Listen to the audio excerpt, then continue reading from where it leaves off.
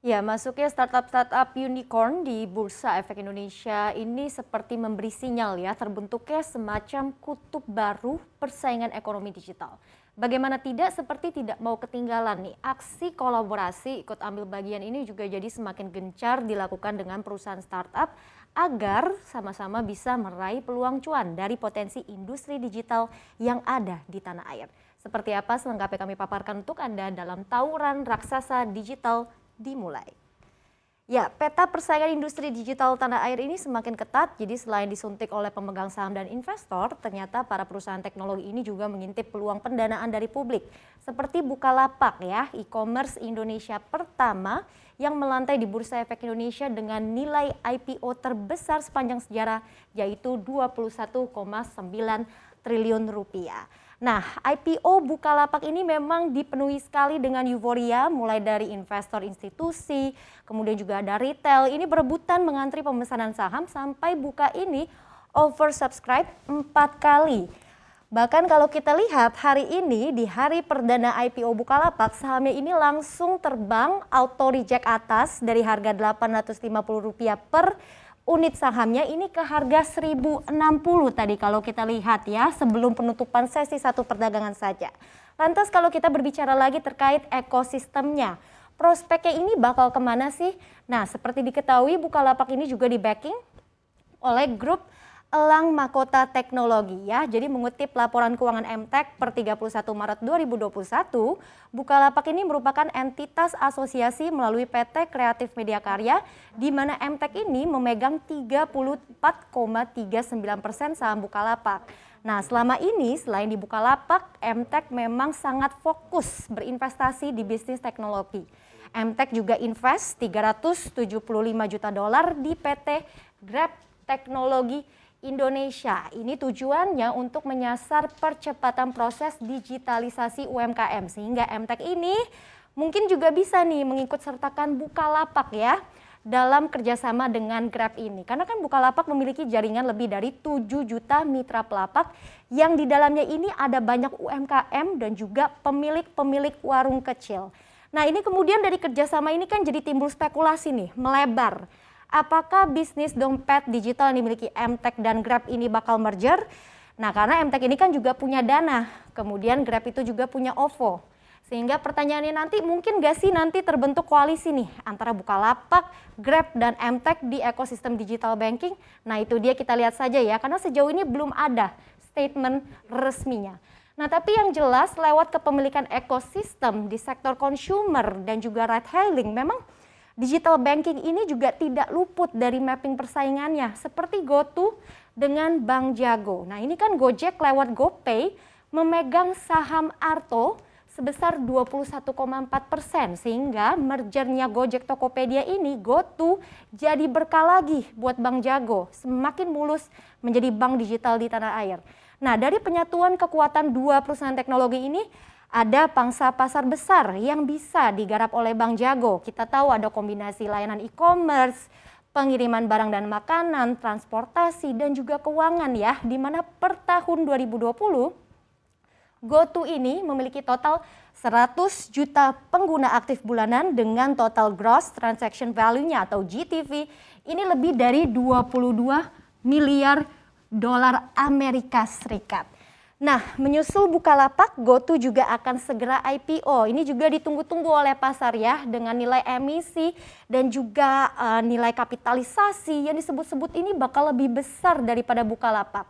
Rencananya GoTo ini bakal dual listing, tidak hanya IPO di dalam negeri, tapi juga di Bursa Amerika Serikat. Nah, berikutnya ini masih ada lagi Sea Group atau Sea Limited, perusahaan induk e-commerce Shopee yang sahamnya ini sudah tercatat di Bursa New York Stock Exchange ya. Kita lihat, Sea Limited ini telah resmi mengakuisisi PT Bank Kesejahteraan Ekonomi atau Bank BKE dan mengubahnya menjadi bank bernama Sea Bank. Sea Group ini memang sangat gencar sejak awal Desember 2020 ini telah meraih lisensi perbankan digital secara penuh dari Otoritas Moneter Singapura bersama dengan konsorsium Grab dan juga Singtel. Nah, disinilah dengan memiliki Bank BKE, si Limited ini akan mengantongi izin bank komersial di Indonesia dan akhirnya akan menyulap Bank BKE ini menjadi bank digital untuk mendukung bisnis e-commerce dari Shopee yang kita tahu memang sangat moncer di Indonesia. Karena menurut data iPrice, pengunjung bulanan Shopee ini menduduki peringkat pertama di angka 129,32 juta pada kuartal 4 2020. Bahkan ini mengalahkan lagi aplikasi-aplikasi e-commerce lokal seperti Tokopedia dan juga Bukalapak. Nah, selain Shopee, si Limited ini juga memiliki Garena, bisnis pengembang dan juga penerbit game online dengan jejak global di lebih dari 130 pasar. Dan kemudian tidak ketinggalan lagi, ada C-Money, penyedia pembayaran digital dan layanan keuangan di Asia Tenggara. Next, kita lihat lagi ada fintech ya yang juga disokong oleh Ant Group milik Alibaba, yaitu PT Akulaku Silver Indonesia alias Akulaku yang juga membeli 8,99% saham di Bank Yuda Bakti yang kini sudah menjelma menjadi Bank Neo Commerce. Nah, kalau Bank Neo Commerce ini menariknya fokusnya ini di P2P lending ya. Targetnya tahun ini bisa menyalurkan kredit senilai 750 miliar rupiah. Nah, sejauh ini untuk memenuhi ketentuan minimum penyaluran kredit ke sektor UMKM, pinjaman ini akan disalurkan lewat 15 hingga 20 entitas P2P lending. Jadi selain menyasar ke sektor produktif, Bank Neo Commerce ini juga akan menyasar pembiayaan konsumtif. Hingga saat ini Bank Neo Commerce sudah bekerja sama dengan kurang lebih ada 9 platform fintech.